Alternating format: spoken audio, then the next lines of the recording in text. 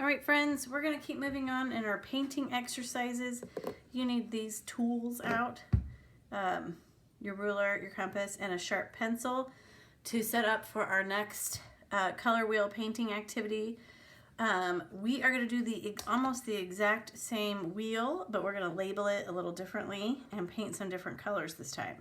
So just like we did last time, you're gonna wanna find about the center of your page and put a little mark inside the rivet so you can always line up that center dot with your rivet. And then remember, we don't want a circle that is larger than our page, so I'm going to put my compass up towards my spirals and come down a little bit and find a spot where my compass will fit and make my outer circle.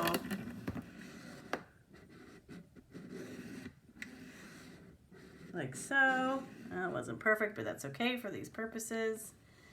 And then I'm going to do 2 more inner circles because we're going to continue to paint tints and shades, but of new colors this time. So I'm going to come in just a little bit. Is my pencil going to be sharp enough?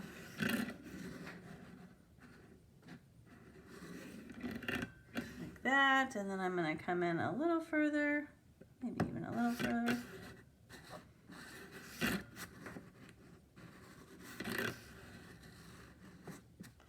Like so.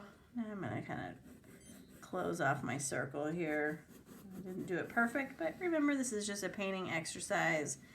Like our drawing exercises, this is not our final piece of artwork. And just like we did last time, I'm going to lay my ruler, lining it up with the center dot, and draw a horizontal line across this way. And then I'm going to do 2 diagonal lines, lining up with that center dot again. Everything needs to intersect through that same dot. And we want to try to make somewhat even pie slices. So if you see this diagonal line is way over here, and it's going to be, this slice is going to be way bigger than this slice, try to create the same angle for both of those lines. So it's not mathematically perfect, but it looks approximate. 6 sections. Now normally, in our last color wheel, this was red, this was yellow, and this was blue. This time, we're going to label our secondary colors. So in between red and yellow would be orange, because those are made by mixing those 2. And in between yellow and blue would be green. I'm going to label that down here.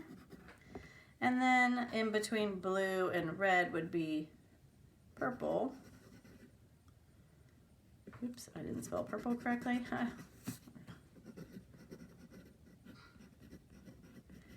So I want to label those. And at the top I want to write the word secondary. And over here I'm going to make a note, made by mixing primary colors together.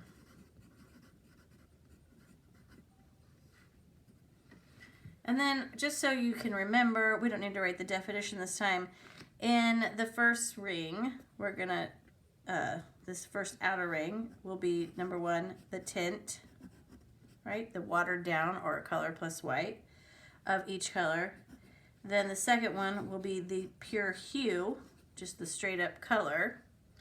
And then third down will be the shade, the color plus black. So I'm just going to write that there so we remember.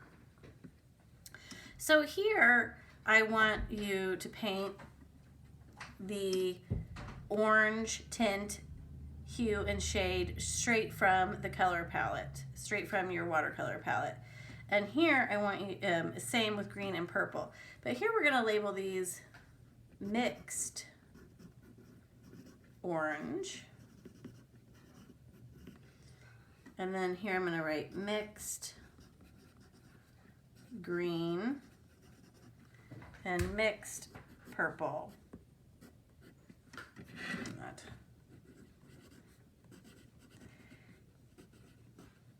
And I'm sure you guys can remember this, so maybe as you're watching the video, you can raise your hand and see if you can answer it as we're going. But you guys know how to make orange, right?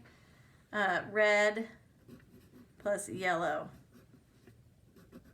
Red plus yellow is orange. Green is yellow plus blue. So I'm just going to put Y plus B to remind myself when I'm going to mix this one.